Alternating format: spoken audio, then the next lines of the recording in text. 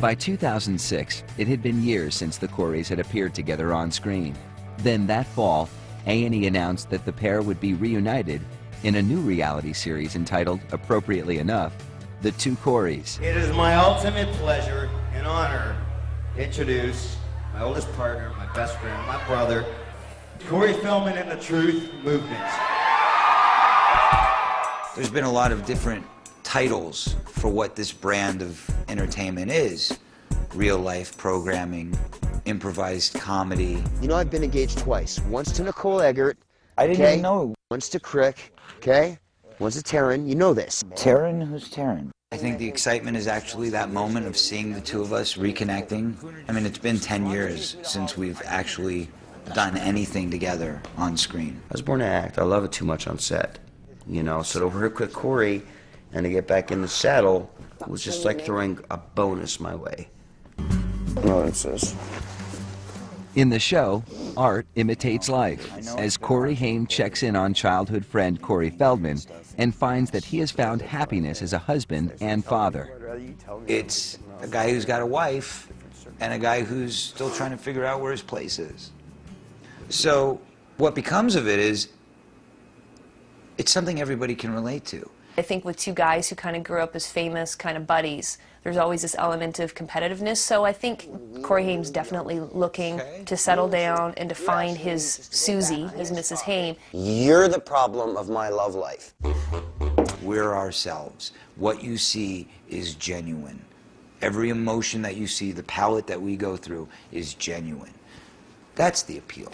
It's being the fly on the wall for the conversations you never thought you'd get to hear. Now, who introduced me to Nicole? Who introduced you to Christy Swanson? Who introduced me to Holly? I didn't introduce you to Holly. What are you Oh yeah, I talking? did introduce you to Holly. So Right. what's your point? Each one of these girls, man, when I broke up with them... Unbelievably hot. To anyone on the set, it was obvious that the spark between the two Coreys remained as strong as ever. They're like 12-year-olds together. I only say teenage boy because they kind of just digress to that when they're together. They become, you know, young guys again. And so out of that comes all these sort of silly situations and dynamics that they get themselves into. And I think there's something really fun about that people are just going to fall in love with them. Exactly 20 years after they burst on screen as a duo in The Lost Boys, the Coreys were together again, hoping to appeal to both old fans and new. The boys have a huge fan base still. There's this definite built-in curiosity about where they are. At this point in my life, I've established my own identity to the point where I feel comfortable hanging out with a guy that happens to have the same name as me. I feel lucky I'm having a second chance.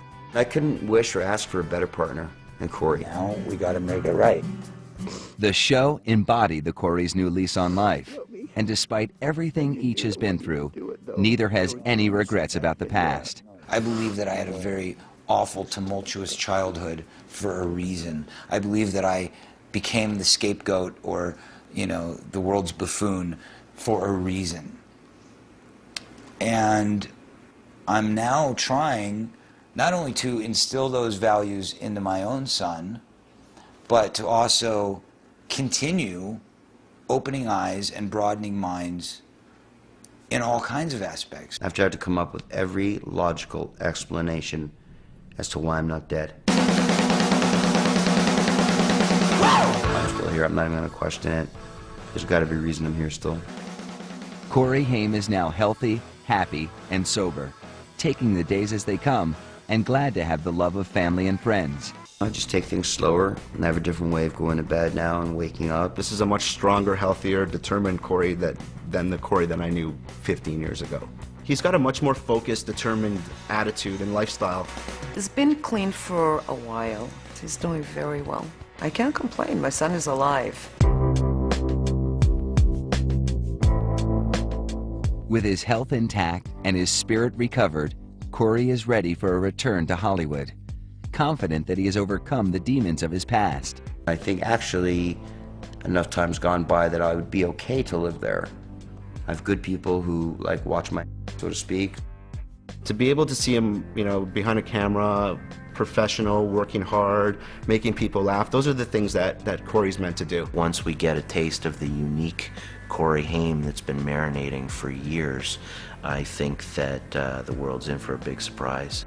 I've had so many chances, and I was out, and I got another chance.